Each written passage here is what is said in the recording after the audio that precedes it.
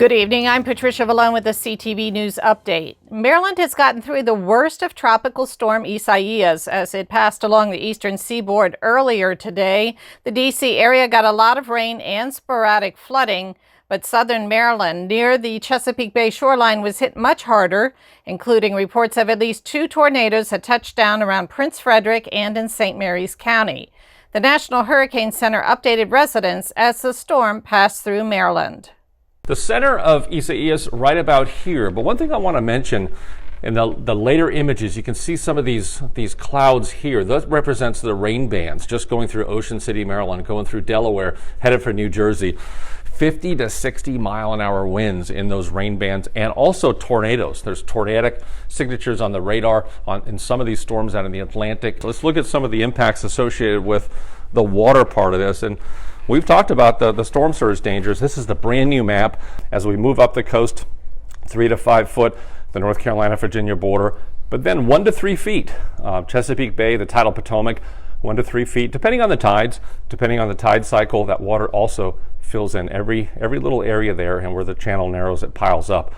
Storm surge is usually worse during high tide and a full moon, which we had both of last night and this morning.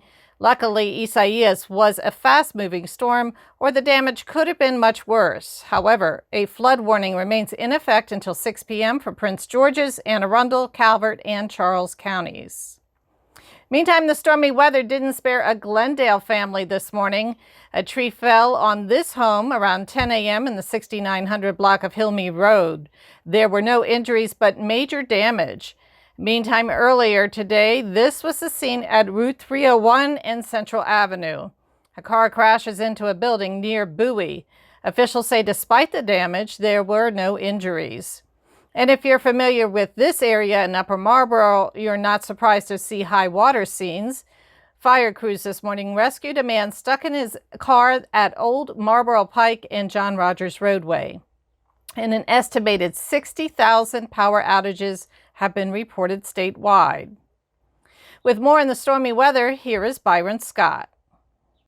I'm Byron Scott. Powerful winds, heavy bands of rain and flooding marked the arrival of Tropical Storm Isaias. The storm hammered our region, which was under a flash flood warning. A tornado touched down in St. Mary's County just before 7 o'clock this morning. John Townsend of AAA Mid-Atlantic says, despite the conditions, people still took to the roads. What we've seen today is the fact that so many people took too many chances in crossing roadways near water or adjacent to water, and some cars literally got stranded, and those people had to be rescued. And in some cases, compounding the situation, not only did the people drive through standing water without any knowledge of how that water was flowing, they also submerged their car in the water, and it damaged the vehicle. Our area remains under a flash flood watch. I'm Byron Scott. Some state leaders are speaking out against the governor's decision to reject Montgomery County's order on private school openings. Keisha Butts has the story. That's right. Maryland leaders are reacting to the governor's amended emergency order. Many do not support it. Governor Hogan issued an order yesterday ensuring that private and public schools have the primary authority to determine when to reopen. This is a direct response to Montgomery County Health Officer Dr. Travis Gale's decision to keep all non-public institutions closed for in-person instruction until October 1st. We spoke with Maryland Senator Paul Pinsky and Comptroller Peter Franchot about the governor's decision this morning. I think it's unfortunate that the governor is making decisions based on politics. And I think it's pandering, essentially. You know, when he thought the idea that local authority and local control would be popular, he decided that. That was until private school parents said, no, we don't want our county to decide that, we want to decide. So then he changes his tune. I happen to think that if we open the schools up, K through 12, if we allow the private schools to start up, that those are all going to be little petri dishes for spread of the virus. And I'm respectfully, overall, I agree with Hogan on a lot of his issues, but this one is just not right, and I hope that he'll change his mind on it. Meantime, we did reach out to Montgomery County Executive Mark Elrich, who was not available for an interview. But in a statement on Twitter, he says, quote, "Our decision to restrict non-public schools from in-person instruction was made with one concern in mind, protecting the public health of our residents." This is Keisha Butts with CTV News. Back to you. Fox 5 is reporting that the city of Seat Pleasant has furloughed nearly a quarter of its staff. Acting Chief Executive Devon Martin says the cuts are due to the impact of the pandemic on its revenue. Seat Pleasant is a small city with only 60 staffers. 12 of those have been laid off and 4 have had their hours cut. The move did not impact the police or public works departments. Will it be virtual or in person when the Maryland General Assembly reconvenes? Whether it's a special session or the 2021 session in January, one thing is clear: it will most likely look a lot different due to the pandemic. Delegate Julian Ivey says it will most likely be a combination of both. There are legitimate health concerns about a large group of people being in a small confined space. We know COVID-19 thrives in those areas, so we need to be hyper vigilant about these issues. And so one thing that we're waiting for is an opinion from the Attorney General telling us how we can proceed and actually reconvene for a special session and for the regular session in January. And I believe that we're going to follow a hybrid model similar to what they have in New York State, which would allow for the Speaker of the House, the President of the Senate to go into their respective chambers with their majority leaders and their minority leaders there in person. And then you probably have legislators come back every morning and sign in and say, "Hey, I'm here." And then they would go back to their office, or some of us would go all the way home because we live close by. And they would participate then on the proceedings. And we reached out to the Maryland Attorney General's office on this issue.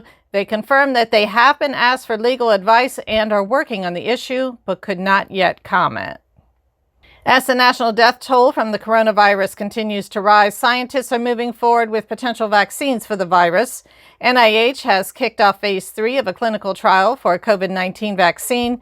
It's partnering with the Massachusetts-based company Moderna to develop the vaccine.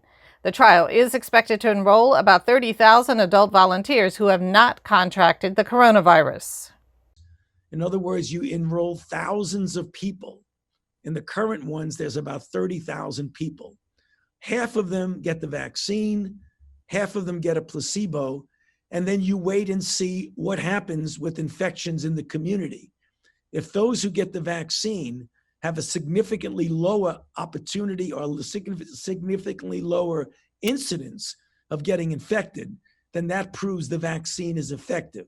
If there's no difference, that proves it's not effective. And in some cases, people might even do worse, which is the reason why you follow the vaccine carefully to make sure that there's no unintended safety issues. And candidates will be tested at about 89 clinical research centers across the country. To volunteer for the trial, visit coronaviruspreventionnetwork.com.